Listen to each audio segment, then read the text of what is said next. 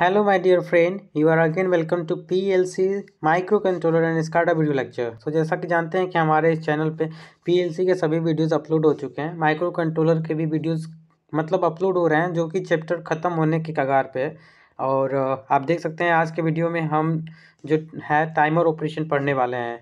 Timer operation, इससे पहले special function register, memory organization, ये सब पढ़ चुके हैं। केवल दो और टॉपिक पढ़ता है, serial port operation and interrupt. दो टॉपिक और केवल बचता है। तो guys first of all please comment अगर आप कमेंट करेंगे जहां आपको समझ में नहीं आ रहा है तो हम अपनी वीडियोज में सुधार करेंगे, क्योंकि जैसा कि हम देख रहे हैं एक केवल एक सिंपल सा ट्रिक है। सबसे पहले मैं आता हूँ गाइज, बोलता हूँ हेलो पीएलसी और कुछ I want to know from your side. अगर आप कमेंट करेंगे तो कि मुझे कहाँ सुधार करना है।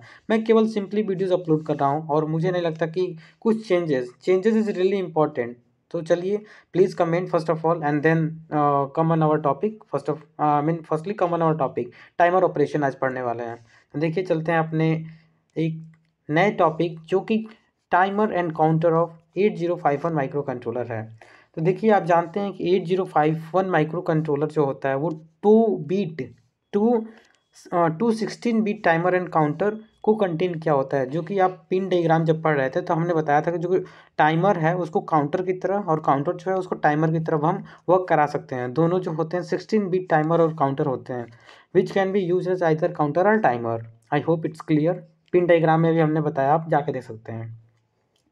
When work as a timer, जब हमें टाइमर की तरह इसे वर्क कराना होगा तो आप जानते हैं कि टाइमर क्या होता है। टाइमर टाइम डिले के लिए यूज होता है, लेकिन जब ये काउंटर की तरह वर्क करता है तो ये क्या करेगा, count an event happening outside the micro controller. यहाँ समझने की जरूरत है। टाइमर देखिए, टाइम माइक्रो कंट्रोलर के अंदर टाइम को डिले या काउंट करेगा टाइम को टाइमर के अंदर, लेकिन काउंटर क्या करेगा, काउंटर जो होगा इवेंट को काउंट करेगा जो कि माइक्रो कंट्रोलर के आउटसाइड होगा।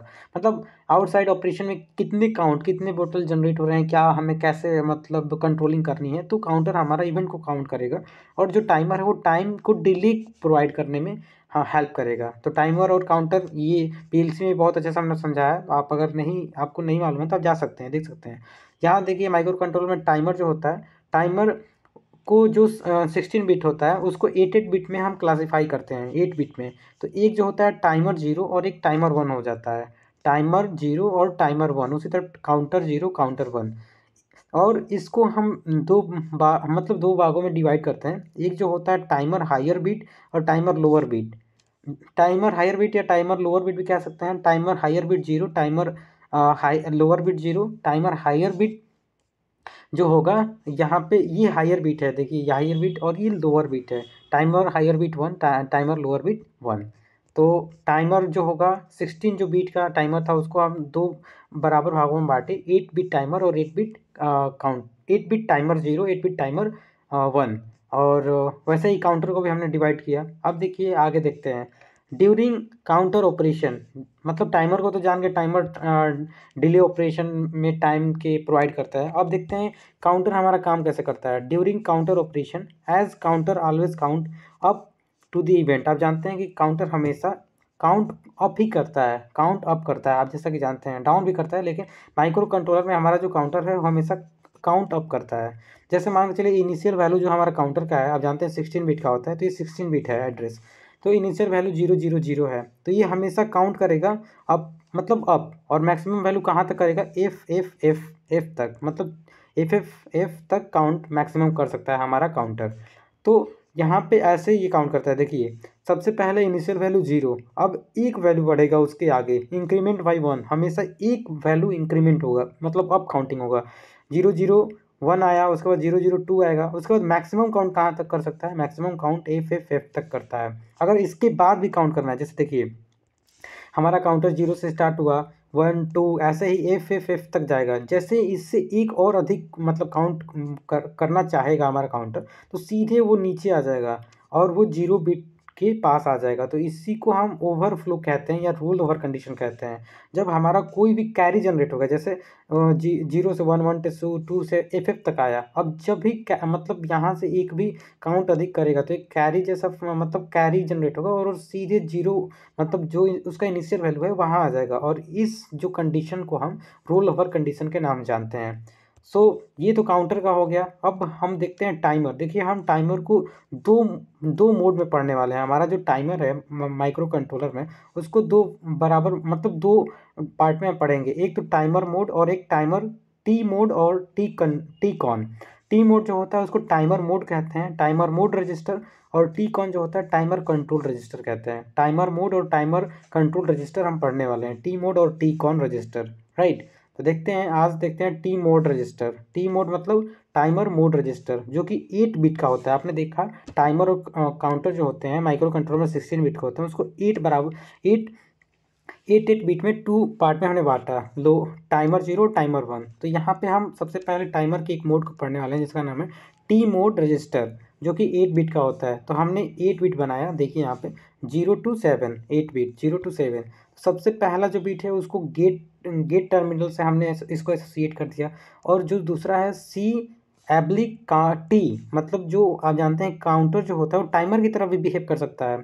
और जो एम है M1 है M2 है सॉरी M1 है, और जो M0 है, इसको मोड के नाम जानते हैं, मोड 1 और मोड 0। आप नीचे बहुत ही मतलब इसको हम जूम करके आप दिखा देते हैं। M0 और M1 जो है ये मोड सिलेक्शन होता है। ऑपरेशन जब होता है इसमें मोड सेलेक्ट करते हैं, आगे आप बहुत ध्यान से देखने वाले हैं। तो ये तो टाइमर 1 के लिए हो गया, ये टाइमर 0 के लिए हो गया, राइट, या काउंटर 1 या काउंटर 0। तो आप देखिए यहाँ पे सबसे पहला जो हमारा D7 बीट है, D7 बीट जो एड्रेस है वो गेट है। तो गेट को हमें स्टार्ट करने के लिए आप जानते हैं कि 1 फॉर स्टार्टिंग। अगर हम गेट को 1 दे रहे हैं, 1 देंगे तो ये स्टार्ट हो जाएगा। अगर हम मतलब इसको इनर्जाइज करेंगे गेट को 1 देके तो स्टार्ट हो जाएगा। 0 फॉर स्टार्टिंग, जब 0 देंगे गेट को तो वो मतलब स्टॉप हो जाएगा। और जो हमारा गेट टर्मिनल है इसको स्टार्ट करने के लिए हम 2 मेथड का यूज कर सकते हैं। पहला जो है हार्डवेयर और दूसरा जो है सॉफ्टवेयर मेथड। हार्डवेयर मेथड मतलब क्या, इंटरप्ट का यूज करके हम गेट टर्मिनल को पॉजिटिव मतलब 1 प्रोवाइड करा सकते हैं बाय यूजिंग हार्डवेयर मतलब इंटरप्ट। जो भी इंटरप्ट आप पढ़े हैं, इंटरप्ट का यूज करा के, इंटरप्ट आगे आने वाला है बहुत अच्छे से पढ़ेंगे। इंटरप्ट मतलब हमने जब आपको आर्किटेक्चर बता रहे थे उसमें बताया था कि इंटरप्ट होते क्या है, मतलब बाधा। कोई भी हम ऑपरेशन कर रहे हैं उसमें कोई भी ऐसा मतलब प्रायोरिटी इंटरप्ट आ गया जो कि मतलब बाधा की तरह, जैसे जस्ट लाइक हम हार्डवेयर मतलब बाहर से भी कोई ऐसा कोई ऐसा डिवाइस का यूज करके हम गेट को पॉजिटिव पल्स प्रोवाइड कर सकते हैं। आई मीन उसको स्टार्ट कर सकते हैं by getting 1 value, right.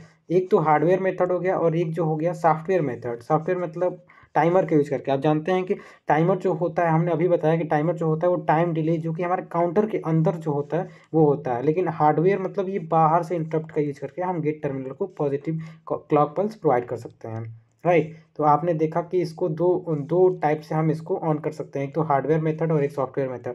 Hardware मतलब इंटरप्ट का यूज करके, और सॉफ्टवेयर मतलब टाइमर का यूज करके। अब जो दूसरा इसका बीट है D6, आप देख सकते हैं D6 जो है वो C या T से एसोसिएटेड है। तो C और T मतलब क्या, यहाँ पे आप देख सकते हैं C और T। तो C मतलब काउंटर और T मतलब टाइमर। दीज आर टाइमर और काउंटर सेलेक्ट बीट, ये counter or timer select beat है। अगर देखिए ये इसका वैल्यू अगर C और T जो हमारा सेलेक्ट बीट है D6 बीट को अगर हम 0 वैल्यू देते हैं तो ये टाइमर की तरह वर्क करेगा। क्यों? क्योंकि आप देख सकते हैं टाइमर पे बार लगा हुआ है। तो आप जानते हैं जिस पे भी बार लगा होता है अगर उसको 0 वैल्यू देते हैं तो वो वर्क करता है। तो जब इस हमारे सेलेक्ट बिट जो हमारा D6 सेलेक्ट बिट है, अगर इसको हम 0 वैल्यू देते हैं तो ये टाइमर की तरह वर्क करेगा। लेकिन अगर इसको 1 हम वैल्यू देते हैं तो ये किसकी तरह बिहेव करेगा, ये काउंटर की तरह बिहेव करेगा। तो ये जो हमारा D6 सेलेक्ट बिट है, it is use to decide whether timer is use to generate delay or count the event. हमें अगर काउंट इवेंट करना होगा तो हम 1 क्लॉक पल्स देंगे। अगर 1 देते हैं तो क्या होगा, हमारा काउंटर की तरह बिहेव करेगा। अगर हम जीरो प्रोवाइड करते हैं तो टाइमर की तरफ बिहेव करेगा। तो आप देख सकते हैं सेम यहाँ पे वही है, गेट टर्मिनल इसमें टाइमर 1 के लिए और टाइमर 0 के लिए भी वही है। दोनों मेथड का यूज कर सकते हैं, हार्डवेयर और सॉफ्टवेयर, टाइमर 1 को भी स्टार्ट करने के लिए, टाइमर 0 को भी। अब यहाँ पे देख सकते हैं सी और टी, मतलब काउंटर की तरफ जब बिहेव कराना होगा तो 1 देंगे, और जब टाइमर की तरफ बिहेव कराना होगा तो 0 देंगे। दोनों टाइमर को हम स्टार्ट कर सकते हैं, मतलब बारी बारी से इसको स्टार्ट कर सकते हैं। अब देखते हैं आगे। देखिए जो ये एम 0 और एम 1 है, हमने बताया ये मोड ऑपरेशन के लिए यूज होते हैं। आप देख सकते हैं यहाँ पे जो हमारा मोड सिलेक्शन है, मोड सिलेक्शन के लिए यूज करते हैं।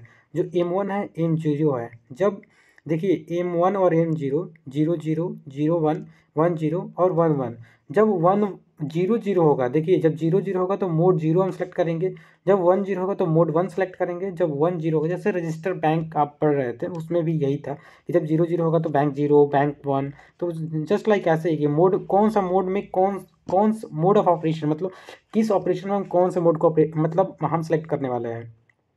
तो मोड 0 को कब सेलेक्ट करेंगे, जब हमारा जो एम 1 की वैल्यू और एम 2 की वैल्यू, एम 0 और एम 1 की वैल्यू जो 0 0 हो। अगर एम 1 हमारा एम 1 0 और एम 0 जो है 1 हो तो हम मोड 1 को सिलेक्ट करेंगे, राइट।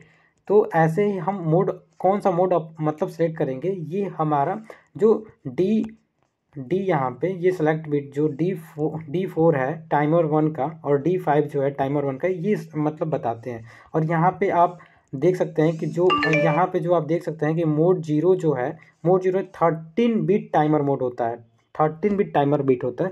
और जो टाइम मोड 1 होता है वो 16 बिट टाइमर मोड होता है। और जो मोड 2 हमारा होता है वो 8 बिट ऑटो रिलोड मोड होता है, 8 बिट ऑटो रिलोड मोड होता है।